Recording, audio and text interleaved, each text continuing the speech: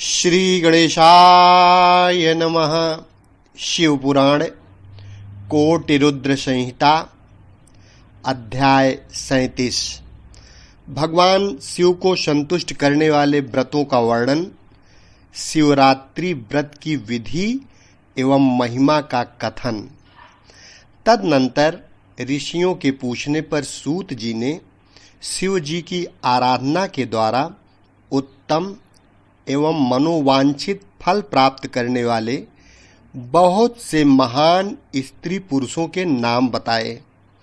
इसके बाद ऋषियों ने फिर पूछा, व्यास शिष्य, किस व्रत से संतुष्ट होकर भगवान शिव उत्तम सुख प्रदान करते हैं? जिस व्रत के अनुष्ठान से भक्तजनों को भोग और मोक्ष की प्राप्ति हो सके, उसका आप विशेष रूप से वर्णन कीजिए। सूत जी ने कहा, महर्षियों, तुमने जो कुछ पूछा है वही बात किसी समय ब्रह्मा, विष्णु तथा पार्वती जी ने भगवान शिव से पूछी थी। इसके उत्तर में शिव जी ने जो कुछ कहा वह मैं तुम लोगों को बता रहा हूँ। भगवान शिव बोले, मेरे बहुत से व्रत हैं जो भोग और मोक्ष प्रदान करने वाले हैं। उनमें मुख्य 10 व्रत हैं, जिन्हें जाबाल श्रुति के विद्वान 10 शैव व्रत कहते हैं। द्विजों को सदा यत्नपूर्वक इन व्रतों का पालन करना चाहिए। हरे, प्रत्येक अष्टमी को केवल रात में ही भोजन करें। विशेषतः कृष्ण पक्ष की अष्टमी को भोजन का सर्वथा त्याग कर दें। शुक्ल पक्ष की एकादशी को भी भोजन छोड़ दें, किंतु कृष्ण पक्ष की एकादशी को रात में मेरा पूजन करने के पश्चात भोजन किया जा सकता है। शुक्ल पक्ष की त्रयोदशी को तो रात में भोजन करना चाहिए, परंतु कृष्ण पक्ष की चतुर्दशी को शिव व्रतधारी पुरुषों के लिए भोजन का सर्वथा निषेध है। दोनों पक्षों में प्रत्येक सोमवार को प्रयत्न पूर्वक केवल रात में ही भोजन करना चाहिए। शिव के व्रत में तत्पर रहने वाले लोगों के लिए यह अनिवार्य नियम है। इन सभी व्रतों में व्रत की पूर्णिमा के लिए अपनी शक्ति के अनुसार शिव भक्त ब्राह्मणों को भोजन कराया करें। द्विजों को इन सब व्रतों का नियम पूर्वक पालन करना चाहिए। जो द्विज इनका त्याग करते हैं वे चोर होते हैं। मुक्ति मार्ग में प्रवीण पुरुषों को मोक्ष की प्राप्ति कराने वाले 4 व्रतों का नियम पूर्वक पालन करना चाहिए। वे 4 व्रत इस प्रकार हैं: भगवान शिव की पूजा, रुद्र मंत्रों का जाप, शिव मंदिर में उपवास तथा काशी में मरण। ये मोक्ष के सनातन मार्ग हैं। सोमवार की अष्टमी को और कृष्ण पक्ष की चतुर्दशी को, इन 2 तिथियों को उपवास पूर्वक व्रत रखा जाए तो भगवान शिव को संतुष्ट करने वाला होता है। इसमें अन्यथा विचार करने की आवश्यकता नहीं है। हरे, इन चारों में भी शिवरात्रि का व्रत ही सबसे अधिक बलवान है। इसलिए भोग और मोक्ष रूपी फल की इच्छा रखने वाले लोगों को मुख्यतः उसी का पालन करना चाहिए। इस व्रत को छोड़कर दूसरा कोई मनुष्यों के लिए हितकारक व्रत नहीं है। यह व्रत सबके लिए धर्म का उत्तम साधन है। निष्काम अथवा सकाम भाव रखने वाले सभी मनुष्यों, वर्णों, आश्रमों, स्त्रियों, बालकों, दासों, दासियों तथा देवता आदि सभी देहधारियों के लिए यह श्रेष्ठ व्रत हितकारक बताया गया है। माघ मास के कृष्ण पक्ष में शिवरात्रि तिथि का विशेष महात्म्य बताया गया है। जिस दिन आधी रात के समय तक वह तिथि विद्यमान हो, उसी दिन उसे व्रत के लिए ग्रहण करना चाहिए। शिवरात्रि करोड़ों हत्यारों के पाप का नाश करने वाली है। केशव, उस दिन सवेरे से लेकर जो कार्य करना आवश्यक है उसे प्रसन्नता पूर्वक तुम्हें बता रहा हूँ। तुम ध्यान देकर सुनो। बुद्धिमान पुरुष सवेरे उठकर बड़े आनंद के साथ स्नान आदि नित्य कर्म करे, आलस्य को पास न आने दे, फिर शिवालय में जाकर शिवलिंग का विधिवत पूजन करके मुझ शिव को नमस्कार करने के पश्चात उत्तम रीति से संकल्प करे। संकल्प: देव देव महादेव नीलकंठ नमोस्तुते, कर्तुमिच्छाम्यहं देव शिवरात्रि व्रतम तव, तव प्रभावाद् देवेशे निर्विघ्ने न भवेदिति, कामाद्याः सर्ववो मां वै पीड़ां कुर्वन्तु नैव हि। देवदेव महादेव नीलकंठ, आपको नमस्कार है। देव, मैं आपके शिवरात्रि व्रत का अनुष्ठान करना चाहता हूँ। देवेश्वर, आपके प्रभाव से यह व्रत बिना किसी विघ्न बाधा के पूर्ण हो और काम आदि शत्रु मुझे पीड़ा न दें। ऐसा संकल्प करके पूजन सामग्री का संग्रह करें और उत्तम स्थान में जो शास्त्र प्रसिद्ध शिवलिंग हो उसके पास रात में जाकर स्वयं उत्तम विधि विधान का संपादन करें। फिर शिव के दक्षिण या पश्चिम भाग में सुंदर स्थान पर उनके निकट ही पूजा के लिए संचित सामग्री को रखें। तदनंतर श्रेष्ठ पुरुष वहां फिर स्नान करें। स्नान के बाद सुंदर वस्त्र और उपवस्त्र धारण करके 3 बार आचमन करने के पश्चात पूजन आरंभ करें। जिस मंत्र के लिए जो द्रव्य नियत हो उस मंत्र को पढ़कर उसी द्रव्य के द्वारा पूजा करनी चाहिए। बिना मंत्र के महादेव जी की पूजा नहीं करनी चाहिए। गीत, वाद्य, नृत्य आदि के साथ भक्ति भाव से संपन्न हो। रात्रि के प्रथम पहर में पूजन करके विद्वान पुरुष मंत्र का जप करें। यदि मंत्रज्ञ पुरुष उस समय श्रेष्ठ पार्थिव लिंग का निर्माण करे तो नित्य कर्म करने के पश्चात पार्थिव लिंग का ही पूजन करें। पहले पार्थिव लिंग बनाकर पीछे उसकी विधिवत स्थापना करें। फिर पूजन के पश्चात नाना प्रकार के स्तोत्रों द्वारा भगवान वृषभध्वज को संतुष्ट करें। बुद्धिमान पुरुष को चाहिए कि उस समय शिवरात्रि व्रत के महात्म्य का पाठ करें। श्रेष्ठ भक्त अपने व्रत की पूर्ति के लिए उस महात्म्य को श्रद्धा पूर्वक सुने। रात्रि के पहरों में 4 पार्थिव लिंगों का निर्माण करके आवाहन से लेकर विसर्जन तक क्रमशः उनकी पूजा करें और बड़े उत्सव के साथ प्रसन्नतापूर्वक जागरण करें। प्रातःकाल स्नान करके पुनः वहां पार्थिव शिव का स्थापन और पूजन करें। इस तरह व्रत को पूरा करके हाथ जोड़ मस्तक झुकाकर बारंबार नमस्कार पूर्वक भगवान शंभु से इस प्रकार प्रार्थना करें। प्रार्थना एवं विसर्जन। नियमो यो महादेव कृतश्चैव त्वदायज्ञा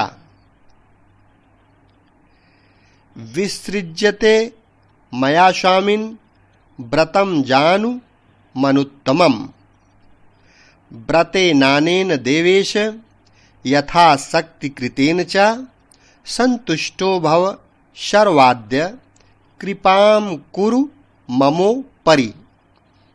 महादेव, आपकी आज्ञा से मैंने जो व्रत ग्रहण किया था स्वामिन, वह परम उत्तम व्रत पूर्ण हो गया। अतः अब उसका विसर्जन करता हूँ। देवेश्वर सर्व यथाशक्ति किए गए इस व्रत से आप आज मुझ पर कृपा करके संतुष्ट हों। तत्पश्चात शिव को पुष्पांजलि समर्पित करके विधि पूर्वक दान दें। फिर शिव को नमस्कार करके व्रत संबंधी नियम का विसर्जन कर दें। अपनी शक्ति के अनुसार शिव भक्त ब्राह्मणों, विशेषतः सन्यासियों को भोजन कराकर पूर्णतया संतुष्ट करके स्वयं भी भोजन करें। हरे शिव रात्रि को प्रत्येक प्रहर में श्रेष्ठ शिव भक्त को जिस प्रकार विशेष पूजा करनी चाहिए उसे मैं बताता हूँ, सुनो। प्रथम प्रहर में पार्थिव शिवलिंग की स्थापना करके अनेक सुंदर उपचारों द्वारा उत्तम भक्ति भाव से पूजा करें। पहले गंध, पुष्प आदि 5 द्रव्यों द्वारा सदा महादेव जी की पूजा करनी चाहिए। उस द्रव्य से संबंध रखने वाले मंत्र का उच्चारण करके पृथक पृथक वह द्रव्य समर्पित करें। इस प्रकार द्रव्य समर्पण के पश्चात भगवान शिव को जलधारा अर्पित करें। विद्वान पुरुष चढ़े हुए द्रव्यों को जलधारा से ही उतारें। जलधारा के साथ साथ 108 मंत्र का जप करके वहां निर्गुण सगुण रूप शिव का पूजन करें।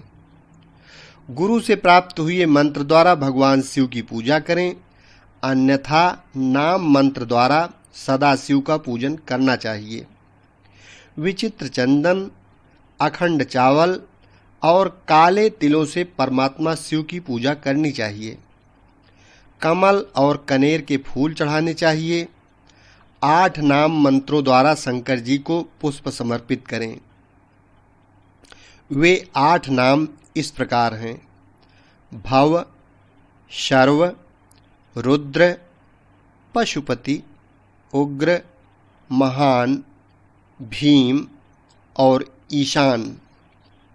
इनके आरंभ में श्री और अंत में चतुर्थी विभक्ति जोड़कर श्री भवाय नमः, श्री शर्वाय नमः, श्री रुद्राय नमः, श्री पशुपताय नमः इत्यादि नाम मंत्रों द्वारा शिव का पूजन करें।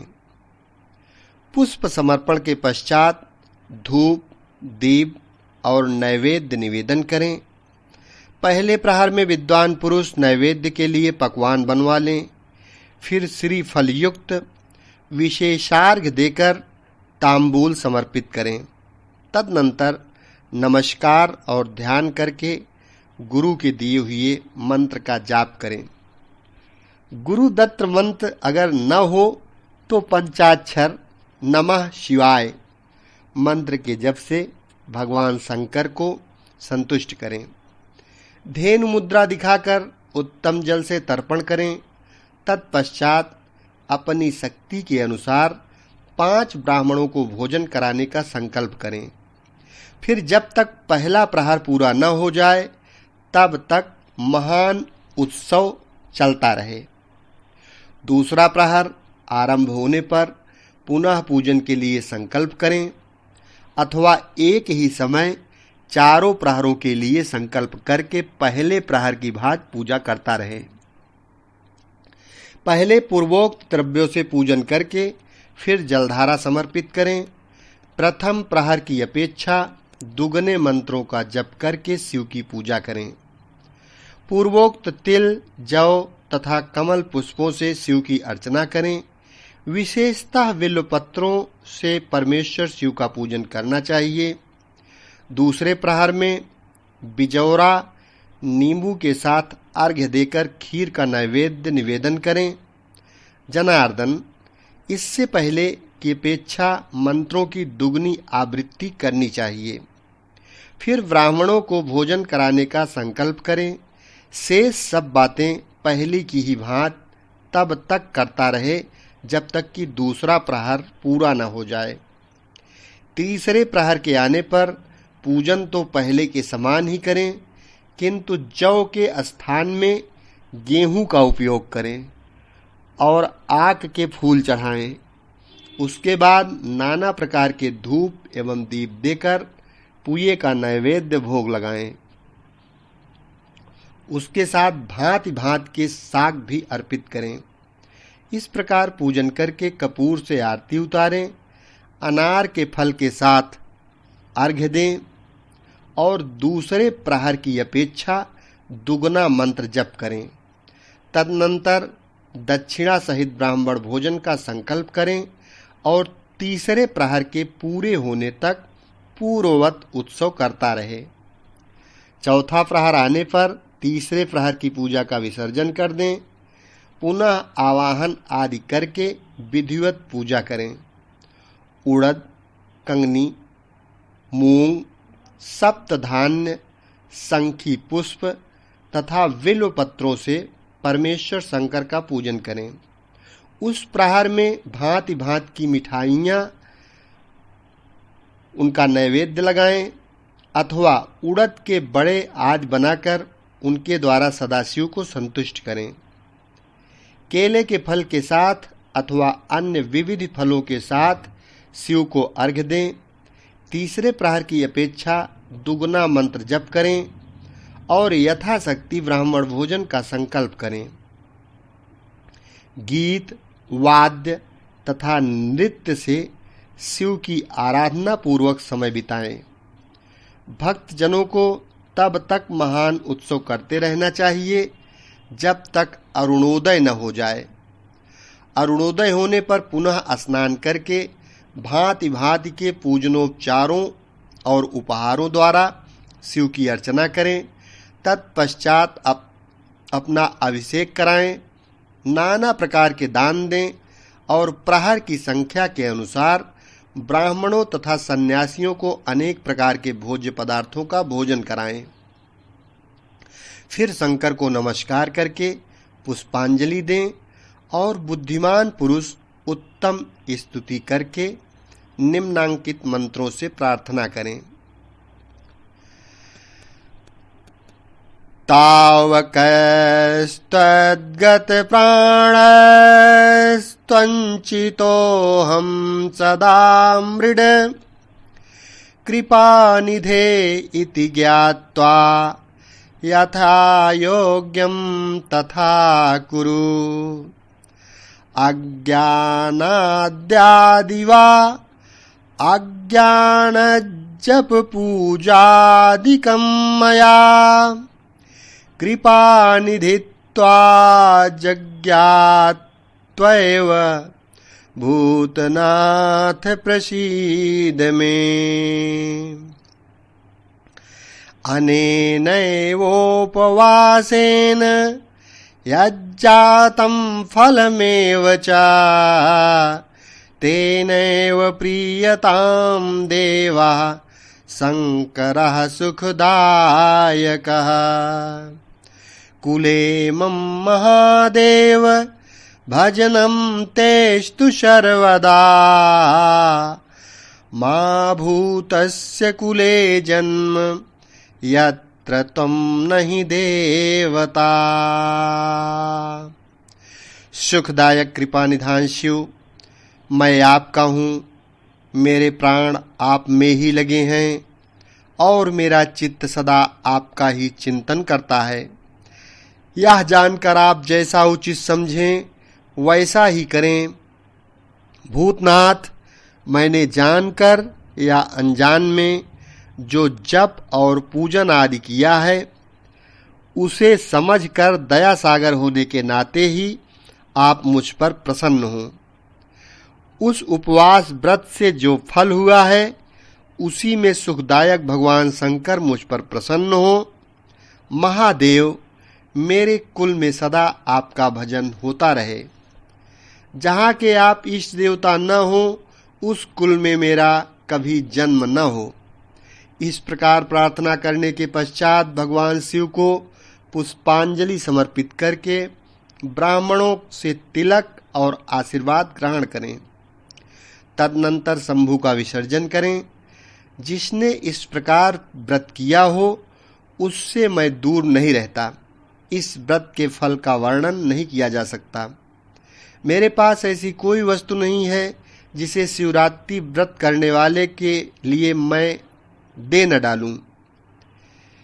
जिसके द्वारा अनायास ही इस व्रत का पालन हो गया उसके लिए भी अवश्य ही मुक्ति का बीज बो दिया गया।